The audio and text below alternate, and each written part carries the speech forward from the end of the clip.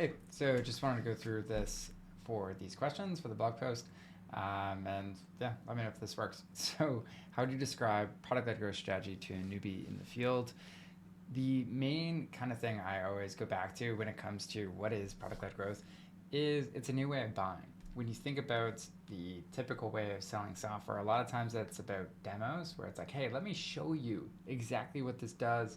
And that's really common. In a product-led motion, it's all about, can I try before I buy? Can you show me the value? Whereas sales-led model is all about telling people. So that's really the biggest thing at the core of it.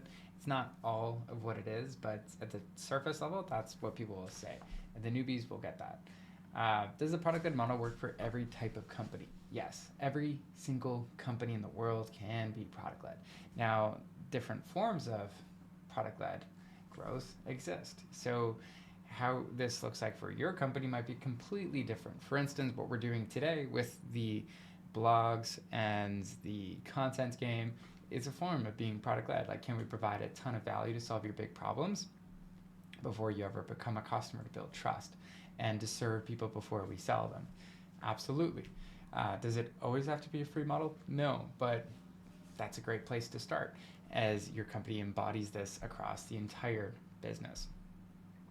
Common mistakes companies get when going product-led.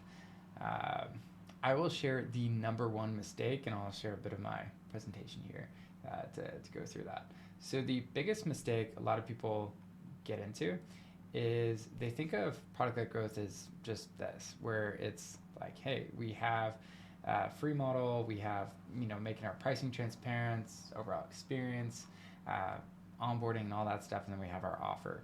And so that's actually what gets people in trouble, is we just think it's this mount PLG, but you forget everything that supports PLG, such as everything below the surface.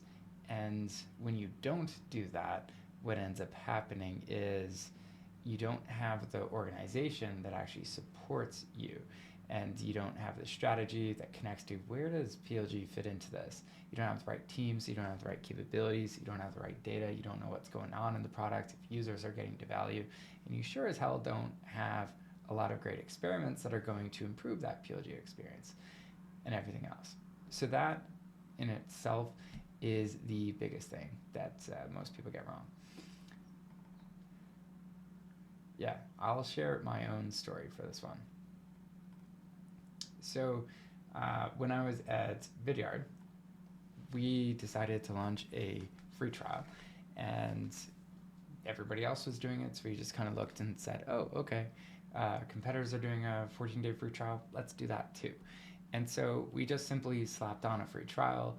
We got a lot more signups, but then we were wondering, like, none of those people are converting. The only ones that are the ones that sales had talked to. Surely, like, PLG doesn't work in this instance. And so it's really back to what I said before, because we approached it very surface level. We just slapped on PLG to our business, but we didn't have that PLO experience. Now compare that to our second time when we realized actually nobody was uploading videos in our free trial. So we asked them why, and it's because they're like, oh, we didn't really have a good video we could share. And so we decided, let's just make that free and make it easy for anybody to do that. And so we created a free Chrome extension, and because we did that, it made it so easy for people to create that experience. And within the first 12 months, we had 100,000 people going through and using the product, and then there was millions of people today. And that is still to this day, you start with Vidyard, you create a video, it's easy. And that is exactly why it worked, because it solved a meaningful problem and people were able to get access to that value in the product quickly.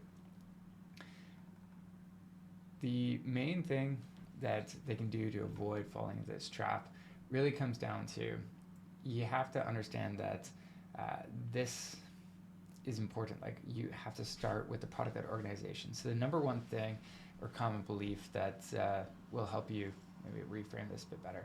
How can you avoid, what is the number one thing you can avoid to fall into this PLG trap? It truly is the fact that your PLG motion will never be as good as your product-led organization. I think that I said that somewhere else. Let me reframe that. Your PLG motion will only become as strong as your product-led organization. And so those product-led organizations are the company-focused backbone that makes PLG work. So that is how you avoid it. What are some signs? Ooh, this is a good one. The main one is your free-to-pay conversion rate sucks. Like you're not seeing a lot of people convert from free to paid. You'll see a lot of churn from the first 30, 60, 90 days if you don't have the right model. Those are some of the main ones you would look at, and then just people not going back and logging in. Is it possible for sales-led, marketing-led companies to transition? Yes, absolutely. Here's exactly how you got to do it. I'll skip to the end of the presentation, but you gotta follow the strategic order to scale. So you gotta start with your strategy, then you gotta go identify ideal user, then you gotta build your intentional model. Then phase 2 is all about building a product that sells itself. So you gotta get the right offer, make it frictionless for people to get to value, powerful pricing so people can sign up on their own. And then you can move into the third phase, which is all about get the right data, launch experiments to improve, and then make sure you got the right team. So that order actually solves 90% of the problems when it comes to how do you make that transition. You got to follow order, and you got to get everybody bought into the right approach there. Yeah, I shared the video example, so feel free to just use that one. What are cultural shifts? There's a lot. I'll sum up some of the core values that you would need to make sure you have. One is simplicity. Simplicity is really, really important for a product-led company, just because by nature, what you're doing is making something a lot easier. So you have to embody that. Other thing is transparency. You're putting your product first, and it might not be that good of an experience initially, but you have to believe in that and give people that transparent experience to experience the value of the product, your pricing, transparent, all those things. So you need to embody both of those really well. And the third one is all about empowerment. So making sure you're really all about empowering your users to see value and giving them everything they need to succeed. So those three are really important cultural shifts. The other one I just thought of is empathy. So you have to make sure you build a culture of empathy, whether that's have everybody on your team do a day of support every month or something like that, to just keep them grounded so they understand what are those challenges that people have. How can companies measure the success of the product strategy? Simple. It comes down to three basic things. I will share all three with you. So the very first one is effortless annual recurring revenue. And so this is all about, can your product actually sell itself? So the metric we look at here is self-serve revenue. So where do you stack up on the scale today, and where do you want to be? Second main outcome is lean scale. So how can you build a big business with a tiny team? So what does that look like with your revenue per employee? That is the main metric we look at here, what that looks like for your business. The third is durable growth. So can you actually unlock more profits every single year in your business? So you need a really rock solid strategy to maintain this as your competition will catch up to you. You always got to be readapting, re-evolving your company. But we just look at profits here. What does that look like for your specific business? So those are the main things. Resources or tools. Totally go to our website, ProductLed.com. That is the biggest one. You can actually, if any of that system sounds interesting for people to dig in and dive in, we give away the first 3 chapters of that book, which literally just goes all through that. And there's a little assessment where you can score yourself on those 9 components. So that would be the best place to send them. Looking to adopt product-led growth. Oh, this is a good one. Have conviction. So the clients where we don't work that well with is the ones where they're like tiptoeing their way around PLG. It's like, come on. Like this is, if you're going to be a marathon runner, be a marathon runner.